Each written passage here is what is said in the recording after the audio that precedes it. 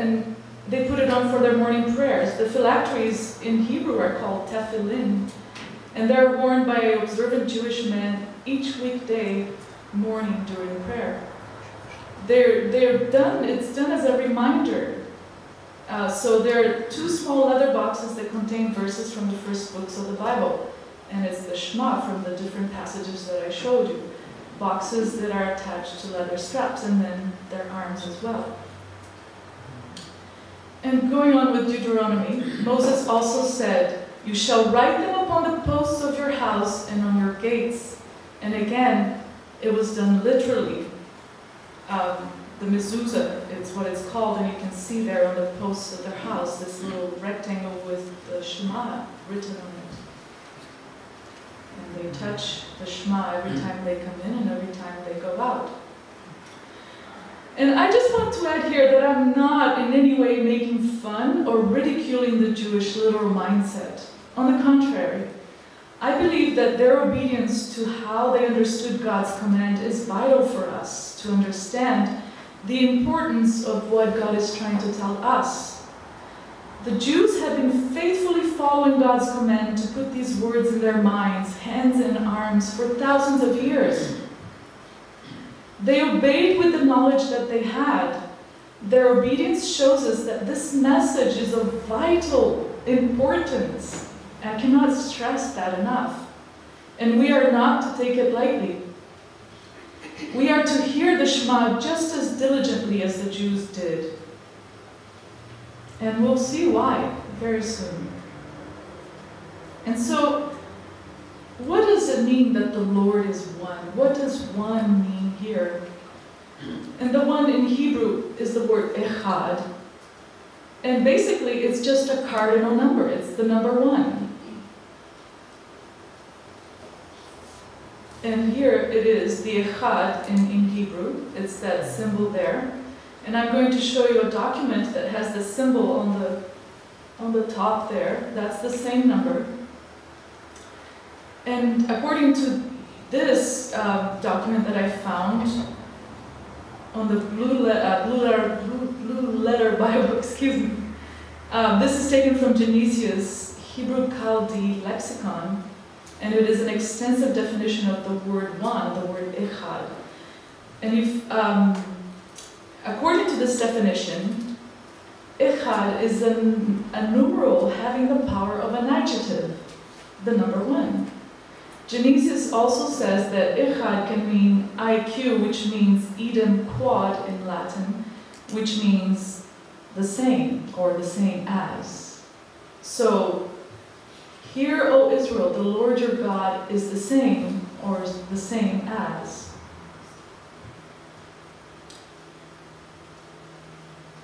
Now, I found this table on Wikipedia, and it lists all the numerals in Hebrew, and you can see that the number 1 there is echad in the masculine form, and the feminine form is achat. And it's a cardinal number. It's usually not an ordinal number. Now, so how do we interpret echad? Well, we have to look at how it is used by the biblical writers of the Old Testament. We must interpret it within the context of where it's found. And we must interpret it in the context of the great controversy as well. And we also must see, as Christians, how Jesus defines it or uses it. And so I found out that there are 6 ways to interpret the echad, and there is one way in which we cannot interpret it because it doesn't fit according to the Hebrew language. So the first way is that it's, again, a cardinal number, the number 1, the most common meaning of echad. It appears 637 times in the Bible, in the Old Testament, as just the number 1. And here is an example. He took one of the man's ribs in Genesis 2:21. And we are all sons of one man. And then the second way it's used, it is used as an ordinal number. And an ordinal number denotes order, as in first, second, third. And sometimes it is used like that in conjunction with another word. And example. And there was evening and there was morning, the first day, Yom Echad. Yom is day, I believe, and Echad is first, the day first. On the first day of the month, the tops of the mountains became visible. The third way it's used is that it can mean the same, as we saw earlier, or one and the same. And here are some examples. Behold, they are one people, and they all have the same language, one language. They both had a dream the same night. And Pharaoh's dreams are one and the same. The fourth way, Echad, can mean oneness, as in singleness. And here are some examples. Not a single word has failed of all he promised, which he promised through Moses his servant. There's the word Echad. I will remove the iniquity of that land in a single day. Again, Yom Echad. Now, the fifth way it can be used is in an undivided oneness. It denotes a unity of purpose or effort, or a shared condition or state, an undivided purpose. Then I will give to the peoples purified lips, to all of them, so that all of them may call on the name of Yahweh, to serve him with one shoulder. You see, they have a common purpose, with one purpose. The hand of God was also on Judah to give them one heart. All right? I will make them an undivided nation, Goy Echad, in the land. One single king will be king for all of them, and they will no longer be two nations, and they will no longer be divided into two kingdoms. And the sixth way is uniqueness. Because Echad usually denotes the number one, there's something about one that is like no other. A solitary oneity that highlights uniqueness, one-of-a-kindness. And here are some examples. Who is like your people Israel, a unique nation on earth? Goy Echad again. Will be a unique day, which is known only to the Lord. So these are taken in context. My dove, my perfect one, is unique. What Echad does not mean is unity. According to the Hebrew language, Echad cannot mean a compound or composite unity such as three in one. There is no usage in the Bible in that way. It's not supported by the Hebrew language. And that was very interesting to find out. When commentators declare that Echad means compound, composite unity, they haven't done the required lexical study. For example, the standard Hebrew word to denote joining, unity, or togetherness is another word. It's Yachad, not Echad. And that was written by Paul Simon. And so, how does Jesus use Echad? Was Jesus referring to the Shema when he said these words? What was he saying when he said, the Father and I are alike, we are the same? When he said, I and the Father are one? Or was he saying that he and the Father have a singleness of character, an undivided oneness, which makes them unique? When Jesus said, I and the Father are one, I believe it could be that he was saying that they are unique, because his answer to the rich young ruler, no one is good but God, confirms that. God is uniquely good. There is no one good but God. Meaning that only God has a singleness of heart, and therefore only he is truly good. The rest of us, we all have divided hearts. So what about when Jesus prayed that we should all be one? I'm sorry, I forgot to put the text up there for you. When Jesus prayed that his disciples may all be one, just as we are one, Was he praying that we all have one purpose or singleness of character, or that we get along with each other? Can we have one without the other? Can we get along if we don't have a singleness of character? In what ways can the disciples be one just as the Father and the Son are one?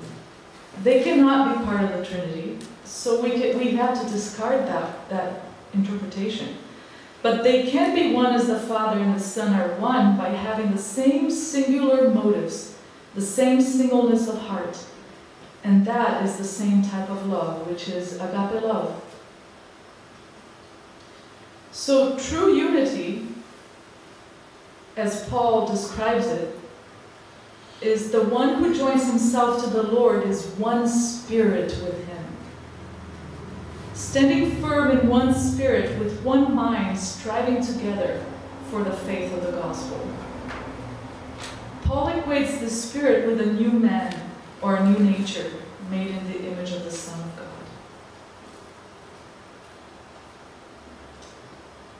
Now, God said, "I am God and there is none like me." The Lord is one, cardinal number as an adjective. One, therefore, denotes oneness, single-mindedness, indivisibility, a symbol of an undivided character. The tree of life as opposed to the tree of the knowledge of good and evil. The Lord is the same as what or who? Nobody, because there is no one like him. So the Lord is not the same as compared to others, because he says, "I am God and there is no one like me." But the Lord is the same in the sense that he does not change, which is supported by Malachi 3:16. For I am the Lord, I do not change. Therefore, you are not consumed, O sons of Jacob. Hear, O Israel, the Lord our God is singular. He is single-hearted. He is only love. He has no evil in him, no violence in him, and no destruction in him. He is not double-minded. Why does God have a need to state that he is one, if not to help us to come out of a confusion we have had about his character? Why state that God is one unless we had thought that he was otherwise? God and his love are unique. We all have gone astray in the Garden of Eden. We would never ever come to know God for who he truly is unless Jesus had come to show it to us. And that is because there is no one like him down here.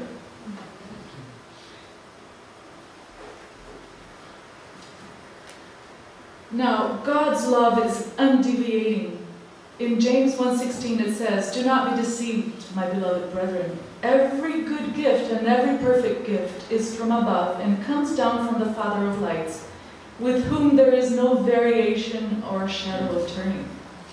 And I'm going to show you quite a few verses that will bring this to light. Psalms 119, 113. "I hate the double-minded, but I love your law." In this psalm, David is contrasting God's law with man's character law. God's law is not double-minded. Otherwise, David would also have hated the law. Now in James 4:8, it says, "Draw near to God, and he will draw near to you. Cleanse your hands, you sinners, and purify your hearts, you double-minded." Notice that in this verse, sinners are equated with double-mindedness. And if that is so, how could we ever think that God is double-minded? So, the word one is an adjective, it's a describing word. It describes who God is. It describes his character. God is one as God is opposed to two or more. One describes his character because it is by his character, that by his name, that we are to swear by, and this will be very clear very soon. God's character is at the core of the great controversy. Moses told us that we are to swear by the name of the Lord, by his character. In other words, God is a surety. He is someone that can be completely trusted not to turn on us, and we can count on him. He is unmovable. We can trust him precisely because he does not change. We are to have complete faith and trust in him because of his singleness of character. And we are to know God's character so well that he will have no question or doubt about that we will have no question or doubt about his unchangeableness, because one is indivisible. So one denotes singleness of mind and heart. It inspires us to trust and to have confidence in him, which Eve lost when she was deceived by the serpent. Now, I brought this passage before in 2 Corinthians 11:3. It says, "But I fear, lest somehow, as the serpent deceived Eve by his craftiness, so your minds may be corrupted from the simplicity that is in Christ." And I also explained that the Greek word simplicity there actually also means singleness in Greek. Adam and Eve broke the Shema after they ate from the tree of the knowledge of good and evil, because after they ate of it, they no longer saw God as one, as the tree of life. After they ate from that tree of the knowledge of good and evil, they began seeing God more like the tree they ate from, the tree of the knowledge of good and evil. And they began seeing God like a number two, that is, a dual God, having a dual character, having a dual personality of good and evil, a mixture of love and wrath. And the tree of the knowledge of good and evil made them lose their faith and their trust in God that they used to have, because when he came to see them, they ran away from him in fear, and now they were afraid that God was coming to punish and annihilate them. With such a knowledge of God, the greatest commandment cannot be kept. Now, all of this will make sense to us if we think of it in terms of the great controversy. We know that Lucifer's rebellion was at its core a rebellion against the law of God, which is the law of agape love. Agape love is God's essence, it is his character, it is his entire modus operandi. This love was revealed and lived out by Jesus Christ, who was uniquely motivated by this unchanging love. The Garden of Eden also helps us to understand the issues involved in this great controversy, because it gives us two very useful and powerful symbols, which, if we begin to understand them, will help us to unravel what God is trying to tell us through this greatest commandment, that the Lord our God is one. In the garden there were two trees, the tree of life, having a single principle, agape love, and the tree of the knowledge of good and evil, having a confusing mixture, a duality of opposites, a duality of light and darkness. This tree symbolized a new principle, a new character law, which we all have in our hearts, which brought death into the world. It brought death into the world because it removed our true knowledge of God. It made us fearful of him, and as such we ran away from him, who is the source of life. Moses' commandment to realize that the Lord our God is one is really an invitation to come back to the tree of life. And we have seen that his message was a message that, if followed, would give life. Now, the tree of the